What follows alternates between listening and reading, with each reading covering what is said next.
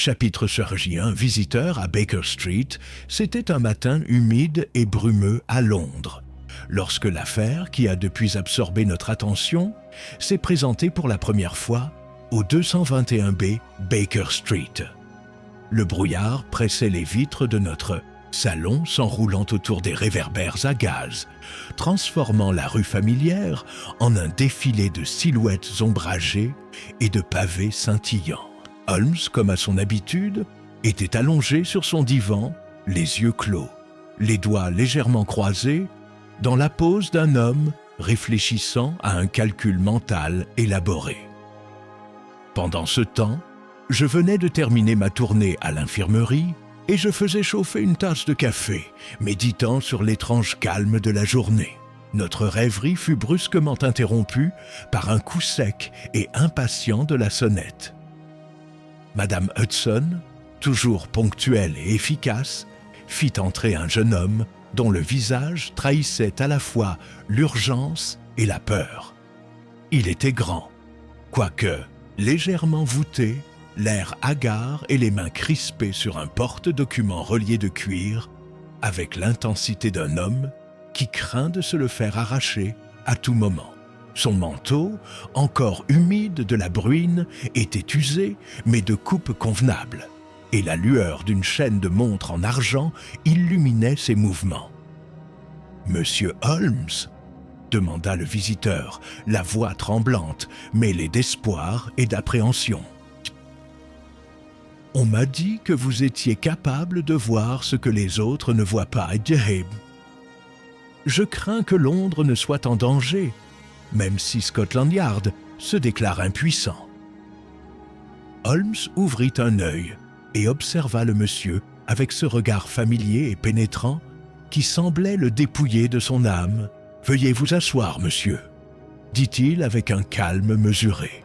« Et commencez par le commencement, en donnant chaque détail que vous jugez important, aussi insignifiant soit-il. » L'homme s'assit sur la chaise en face de lui et posa le portefeuille sur ses genoux. Il prit une profonde inspiration et j'observai, comme souvent, le léger tremblement de ses mains et le mouvement incessant de ses yeux, signes évidents d'un esprit agité. « Je m'appelle Monsieur Edmund Carville, » commença-t-il. « Je suis gardien adjoint de l'horloge royale de Sainte-Marie. Et c'est dans l'exercice de mes fonctions que j'ai découvert hier soir une vision des plus troublantes. L'horloge elle-même, la grande horloge, comme nous l'appelons, portait un cadavre. Je tressaillis sur mon siège. Holmes, cependant, inclina simplement la tête, un léger sourire aux lèvres. « Continuez, monsieur Carville.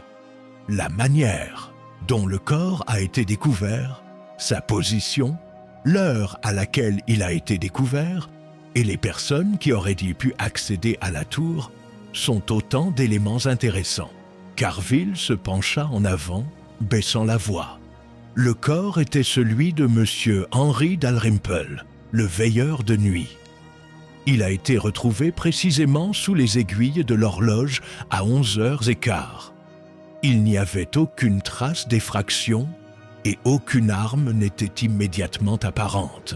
La tour était verrouillée de l'intérieur, à l'exception de l'entrée principale, qui est toujours sécurisée. Scotland Yard a enquêté, bien sûr, mais ils n'ont trouvé aucune cause de décès, aucune trace de violence, aucun accident évident. Et pourtant, il est impossible qu'il soit simplement tombé.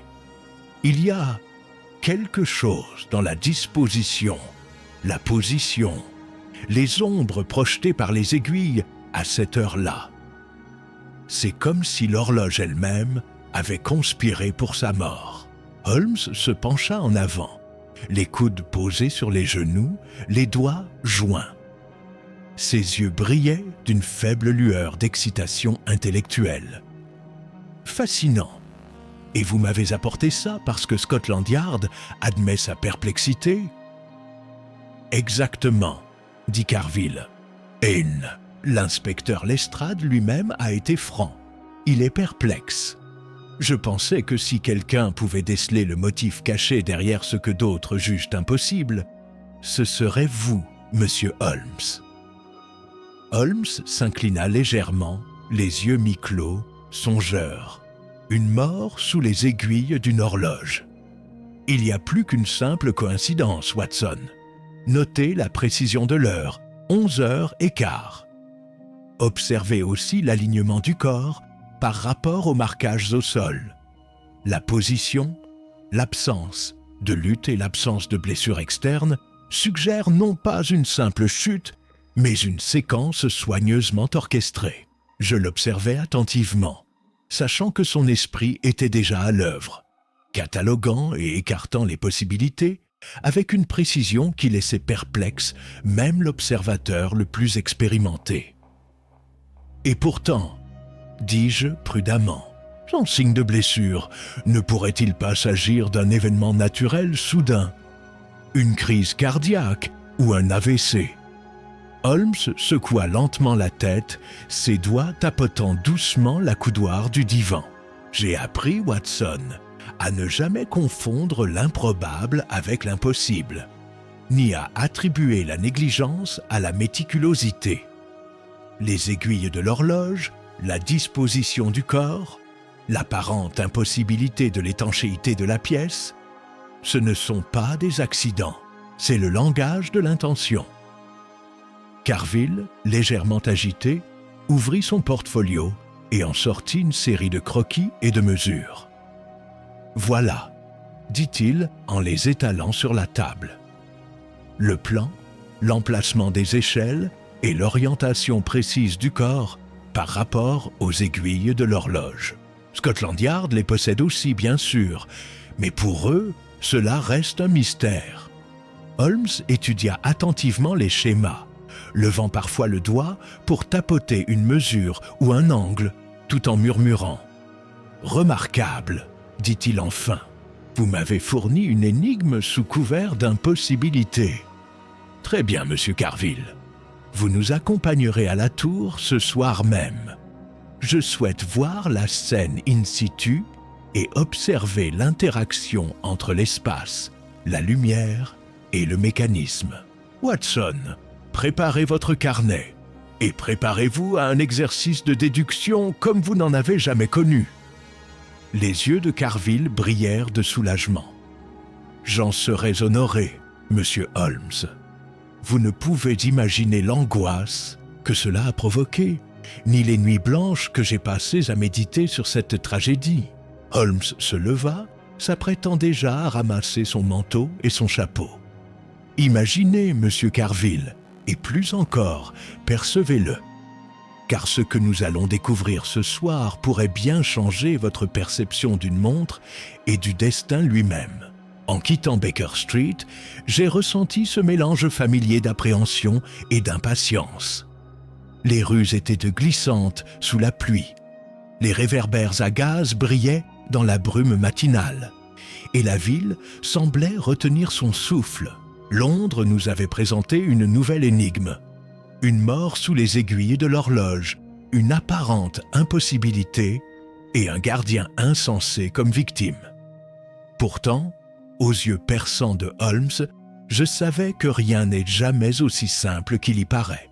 À la tombée de la nuit, nous monterions dans la grande tour, pénétrant dans un royaume où les ombres, les engrenages et le temps lui-même deviendraient nos alliés, et peut-être même nos adversaires. Ainsi commença l'affaire de la mort sous l'aiguille de l'horloge, un mystère dont les subtilités promettaient de mettre à l'épreuve les limites de l'observation et le courage de mon cher ami, Sherlock Holmes. Chapitre 2, Holmes au travail, et la première observation le lendemain de notre première rencontre avec M. Carville, le jour se leva avec cette clarté particulière qui suit souvent le brouillard londonien.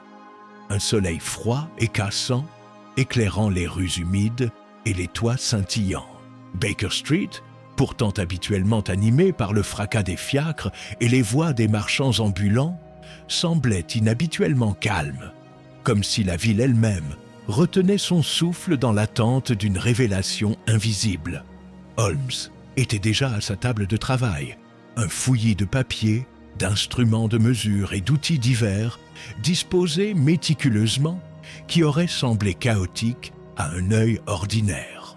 J'entrai discrètement, remarquant l'intensité de sa posture. Penché sur un petit compas, un crayon à la main, il murmurait doucement, tout en traçant des angles sur un diagramme. « Ah, Watson, dit-il sans lever les yeux, vous êtes ponctuel, comme toujours. Asseyez-vous et observez, car il y a beaucoup à apprendre des détails, et je voudrais que vous appreniez non seulement les conclusions, mais aussi la méthode. » Il désigna une petite pile de papier, croquis, plans et cartes manuscrites de la tour de l'horloge royale. J'ai examiné les notes de M. Carville et je suis frappé par certaines irrégularités subtiles. Remarquez ici, il tapota une ligne sur le plan, que l'échelle est mal placée par rapport à la poutre principale. La plupart des hommes la prendraient pour acquise, mais en réalité, cela suggère que celui qui l'a placée a dû éviter un obstacle caché. Ou peut-être avait-il l'intention de créer une trajectoire de chute contrôlée. L'orientation du corps sous les aiguilles de l'horloge est tout aussi précise, bien trop délibérée pour être accidentelle.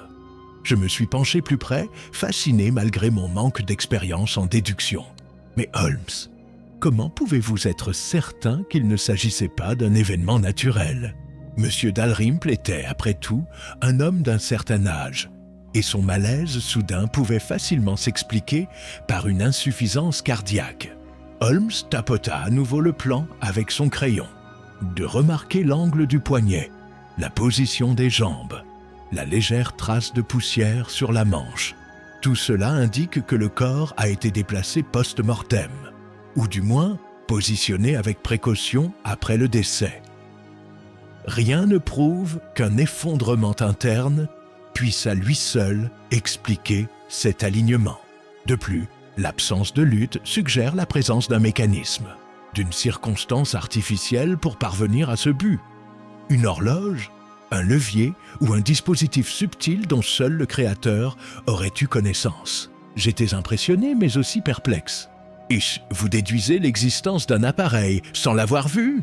Holmes sourit faiblement, le coin de sa bouche frémissant de cette ironie particulière. « Je ne me contente pas de déduire, j'émets des hypothèses. Les faits autorisent un nombre limité de scénarios, et l'observation restreint le champ.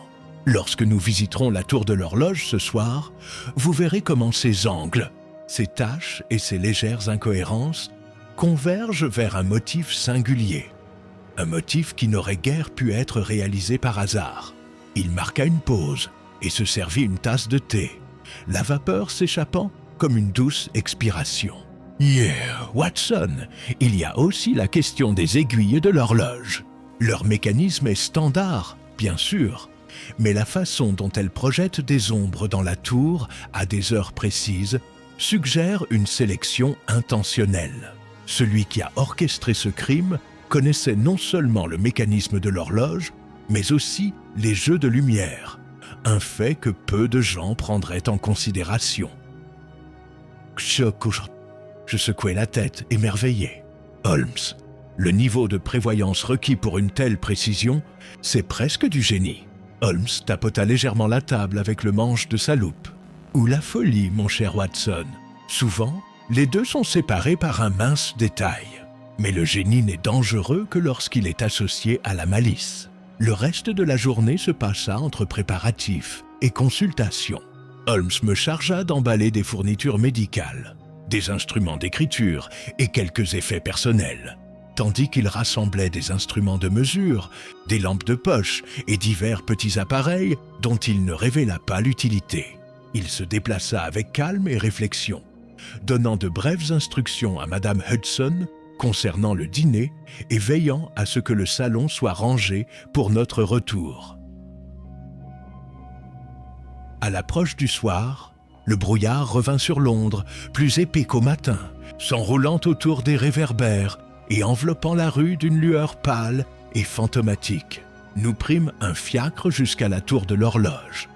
Le bruit des sabots sur les pavés mouillés résonnant faiblement dans les ruelles étroites. Carville nous accueillit à l'entrée, l'air anxieux mais soulagé de voir Holmes en personne. Holmes se laissa guider à travers les couloirs obscurs, tout en scrutant chaque jointure du plancher, chaque recoin et chaque ombre. « Remarquez, Watson, » murmura-t-il, « la légère usure des marches et les subtiles rainures le long du palier. Elles ne sont pas le résultat d'un passage ordinaire. Quelqu'un a emprunté ce chemin à maintes reprises avec un objectif précis. Ces marches témoignent d'une préparation minutieuse.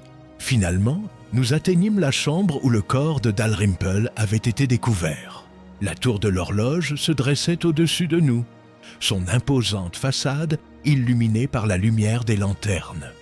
Les aiguilles figées à 11h15. Des grains de poussière tourbillonnaient dans les rayons des lanternes, et une légère odeur de fer et de bois vieilli emplissait l'air. Holmes s'agenouilla près de la silhouette floue sur le sol, examinant la poussière et les traces avec une attention méticuleuse. « Regarde, Watson, » murmura-t-il, « la tache ici, près du pied de l'échelle. Elle est en cuir, probablement un gant. Quelqu'un a manipulé le corps avec précaution, évitant les engrenages et les ombres. Le coupable savait précisément comment manipuler l'environnement. Il y a un rythme ici, un ordre qui transcende le simple accident. Je suivis son regard, notant les légères empreintes et l'alignement des lames du plancher. Un frisson me parcourut l'échine. L'affaire promettait d'être aussi complexe et déroutante que toutes celles que nous avions rencontrées.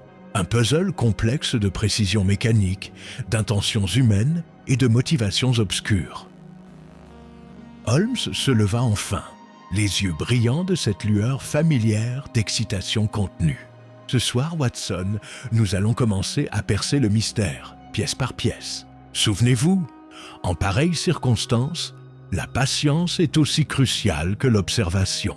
Et à Londres, sous ses réverbères et son brouillard, les morts les plus invraisemblables cachent souvent les vérités les plus simples. » Titesh. Ainsi s'est conclue notre inspection initiale, mettant à nu les premiers fils de ce qui allait devenir l'affaire de la mort sous l'aiguille de l'horloge. Une affaire qui promettait à la fois péril et révélation dans une égale mesure. Chapitre 3. La tour de l'horloge à minuit ce soir-là, alors que le brouillard londonien s'épaississait en un épais voile qui voilait la ville d'une douce lueur, Holmes et moi retournâmes à la tour de l'horloge royale, accompagnés de M. Carville. Le fiacre qui nous transportait résonnait sur les pavés glissants avec un écho sourd, et l'odeur de pierres humides et de fumée de charbon flottait dans l'air, se mêlant à la légère odeur du fleuve. C'était précisément le genre de nuit qu'Holmes appréciait, où les ombres pouvaient révéler des secrets invisibles dans la lumière du jour. Carville nous guida dans l'étroit escalier en colimaçon, les murs de la tour se serrant et résonnant à chaque pas.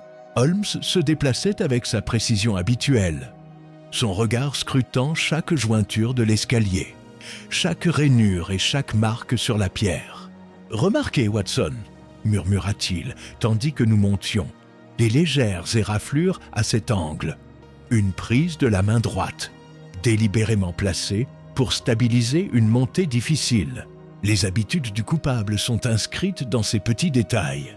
Au sommet, nous entrâmes dans la salle principale où se dressaient les rouages de l'horloge, ces engrenages massifs tournant avec une pesante régularité. La pièce sentait légèrement l'huile et le bois vieilli.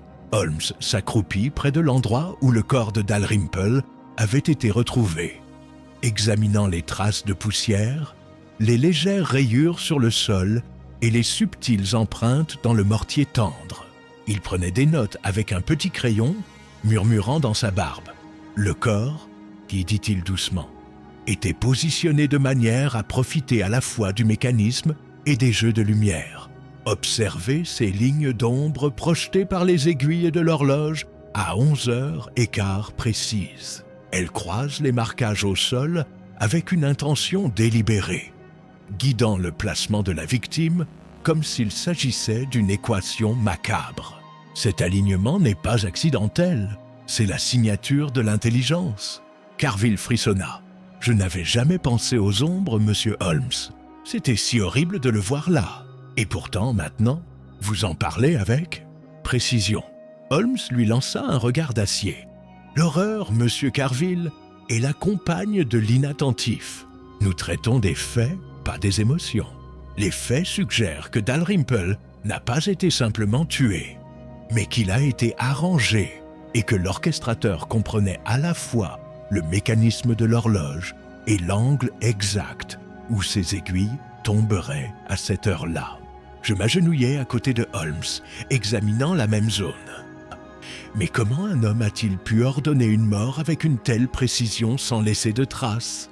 Pas d'armes, pas de blessures externes, pas de dispositif mécanique apparent. C'est impossible à imaginer. Ce n'est pas impossible, et corrigea Holmes d'une voix basse et précise. Simplement caché à ceux qui n'ont pas l'esprit ouvert. Remarquez ces légères marques sur le plancher, ici et là. Elles suggèrent des points de contact pour un outil, peut-être un levier ou un câble, aujourd'hui retiré. La position du corps et celle de l'échelle correspondent parfaitement à ces traces. Un homme connaissant le fonctionnement de la tour et la main du destin pourrait orchestrer cela, et lui seul le pouvait. Tiada, nous avons passé plusieurs heures à l'examiner attentivement, Holmes passant d'un engrenage à l'autre, des aiguilles de l'horloge au recoin sombre de la pièce, son esprit traçant des lignes invisibles, reliant chaque indice subtil. Il a mesuré, dessiné et tapoté le sol comme s'il pouvait obtenir des aveux s'il était interrogé correctement. Finalement, il recula, le visage empreint d'une concentration mêlée d'une satisfaction silencieuse. « Watson, Carville, nous avons observé le tableau. L'étape suivante consiste à reconstituer la séquence des événements, minute par minute, seconde par seconde, pour comprendre comment la mort a été mise en scène. Seule la simulation du mécanisme nous permettra de véritablement percevoir la méthode. » Je l'observais, fasciné, monté sur la plateforme, prenant des mesures précises à l'aide d'un fil à plomb, d'un compas et d'une règle. Chaque geste était réfléchi, économe et précis. « Il y a de l'élégance ici », dit-il enfin en s'abaissant au sol. Une chorégraphie de la mort, exécutée sous des apparences ordinaires. Les aiguilles de l'horloge, l'échelle, la poussière et même la légère imperfection du mortier, tout était orchestré pour guider la victime sans méfiance. Les mains de Carville tremblaient légèrement. « Cela semble impossible, monsieur Holmes. Comment un homme a-t-il pu faire cela sans être repéré ?» Holmes tapota légèrement le sol. Préparation, patience et connaissance de la prévisibilité humaine, monsieur Carville. Les comportements les plus simples, répétés selon des schémas prévisibles, peuvent être exploités avec un minimum de force. C'est là le génie ou la cruauté de ce crime. Nous sommes finalement descendus lorsque minuit a sonné. La tour était désormais silencieuse, à l'exception du léger grincement des grandes aiguilles et du murmure lointain de la ville en contrebas. L'esprit de Holmes, je le voyais, s'activait déjà, planifiant le déroulement des événements, imaginant la fin de Dalrymple et spéculant sur l'identité de l'homme capable d'une planification aussi minutieuse. « Demain, Watson, dit-il tandis que nous montions dans le fiacre et ressentions la fraîcheur humide de la nuit. Nous commencerons à réduire notre cercle de suspects. Le coupable, bien que prudent, doit être connu de la tour, et nous le retrouverons en combinant observation, déduction et les inévitables traces d'erreurs humaines. Le retour à Baker Street se fit en silence, à l'exception du claquement occasionnel des sabots du cheval sur les pavés mouillés. Londres, enveloppée de brouillard et de mystère, semblait nous attendre. et je compris que cette affaire, celle d'une mort sous l'aiguille des heures, allait nous mettre tous deux au défi comme jamais auparavant. Holmes, avec son mélange habituel de calme et de calcul ardent, avait déjà commencé à voir ce que les autres ignoraient, et moi, fidèle chroniqueur, je me préparais aux révélations qui allaient de suivre. Chapitre 4. Le premier suspect émerge. Le lendemain matin, après notre visite nocturne de la tour de l'horloge, Baker Street était étonnamment calme. Le brouillard qui avait hanté les rues la veille persistait, s'enroulant autour des réverbères et s'accrochant aux avant-toits des immeubles tel un spectre persistant. Holmes, comme toujours, était déjà plongé dans ses pensées, arpentant le salon d'un pas mesuré, les yeux fixés sur la table jonchée de diagrammes, de croquis et des notes de Carville.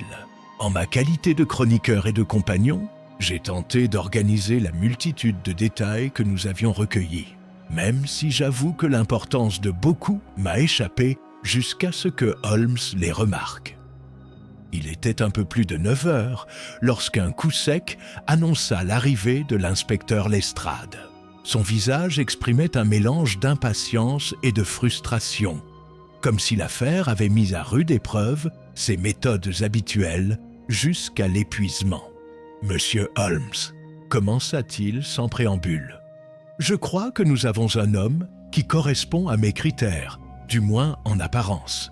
Un certain Harold Jennings, un horloger anciennement employé à St. Mary's, récemment licencié pour faute, a été aperçu près de la tour la nuit de la mort de Dalrymple. Il est connu pour ses connaissances en mécanique, et certains disent qu'il nourrit une rancune envers l'institution. Scotland Yard considère l'affaire close. Holmes, assis à l'écoute, se renversa en arrière et regarda Lestrade d'un air mêlant amusement et scepticisme.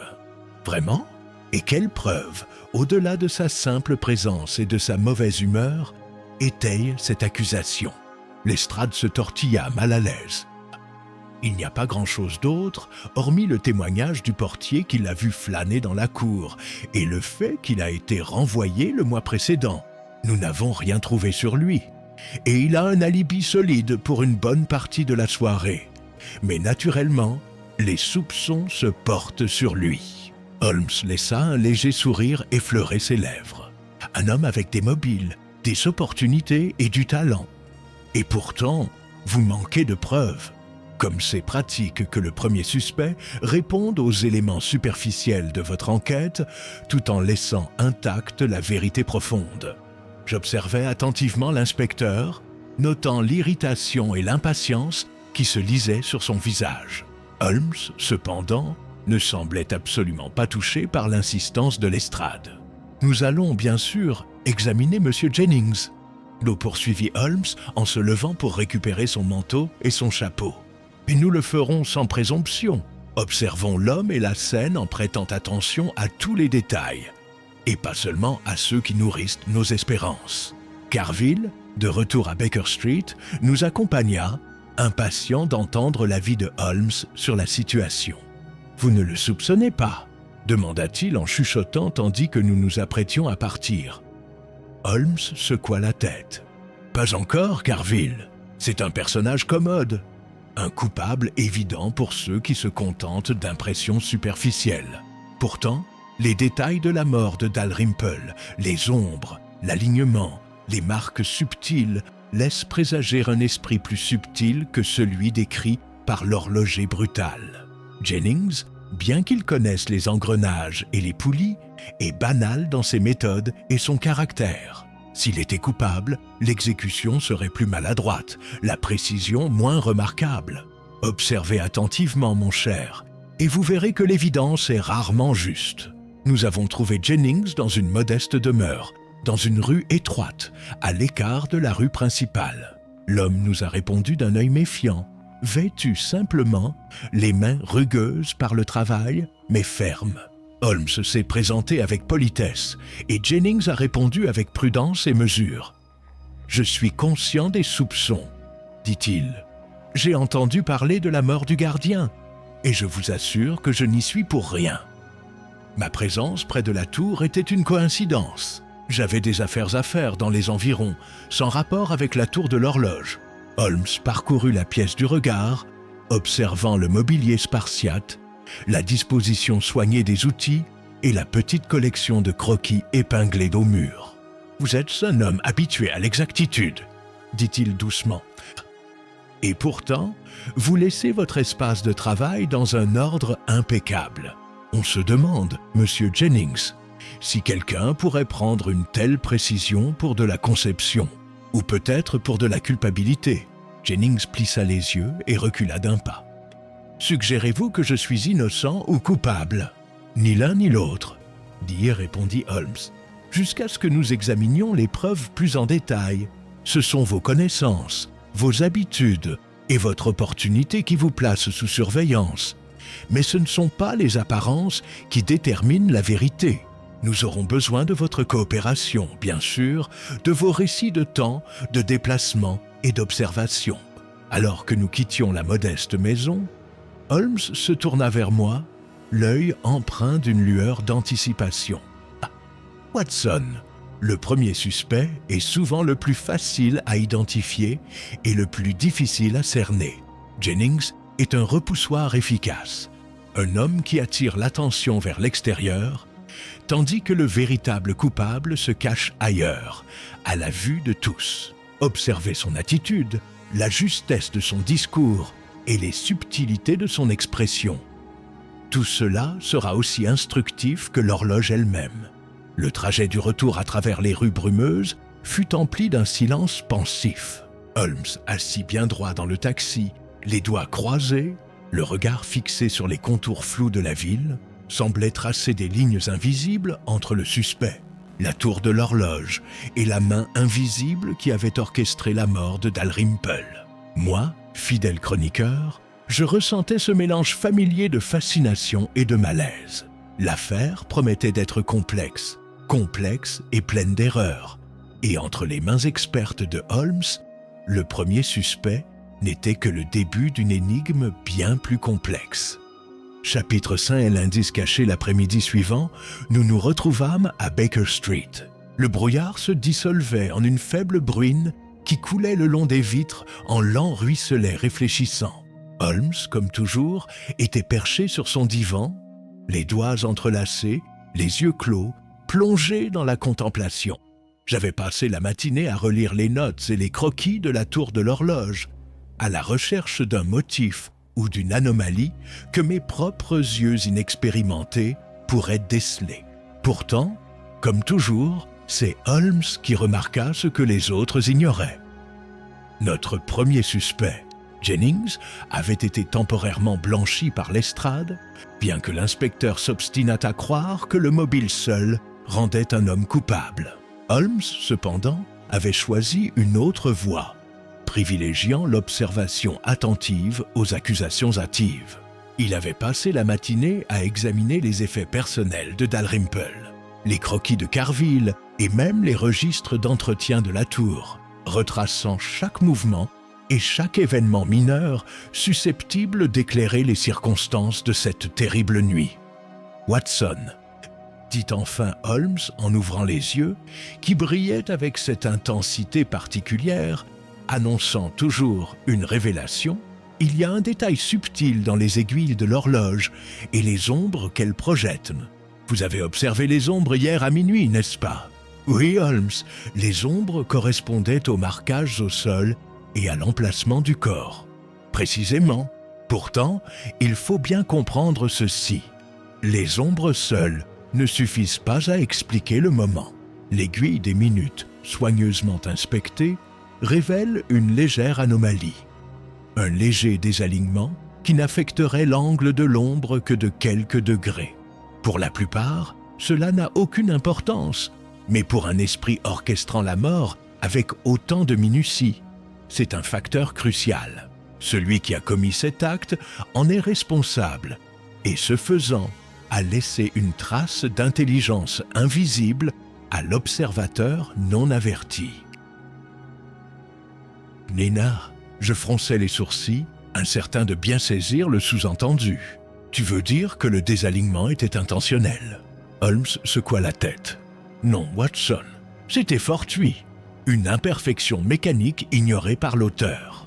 Pourtant, en organisant la mort, notre criminel l'a inconsciemment prise en compte, ou peut-être en observant les effets en pratique au préalable. Le résultat est un indice caché, une incohérence qui nous guidera vers l'architecte de ce crime. Je me suis penché plus près, tandis qu'Holmes dessinait un petit schéma sur une feuille de papier, montrant les aiguilles de l'horloge, les lignes d'ombre et les légers écarts causés par l'usure des engrenages. « Je vois », ai-je dit lentement. Alors le décalage de l'ombre nous renseigne sur les connaissances ou la préparation du coupable. « En effet », dit Holmes en tapotant le schéma. « Cela témoigne d'une répétition minutieuse, d'une connaissance intime du fonctionnement de l'horloge et d'un esprit capable d'intégrer de multiples variables. La lumière, l'ombre, les irrégularités mécaniques et le comportement humain. Notre suspect doit être plus qu'un simple horloger ou un ancien employé mécontent.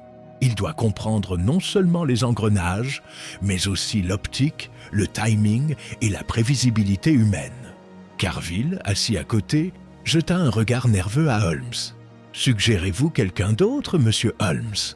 Quelqu'un d'encore plus doué ?» Les yeux de Holmes brillèrent. « Oui, Carville. Notre premier suspect, monsieur Jennings, était un personnage commode pour l'estrade, mais les indices pointent ailleurs. Observez également les petites traces laissées sur le plancher. Pas de simples éraflures, mais de minuscules empreintes suggérant un outil léger, peut-être un levier utilisé pour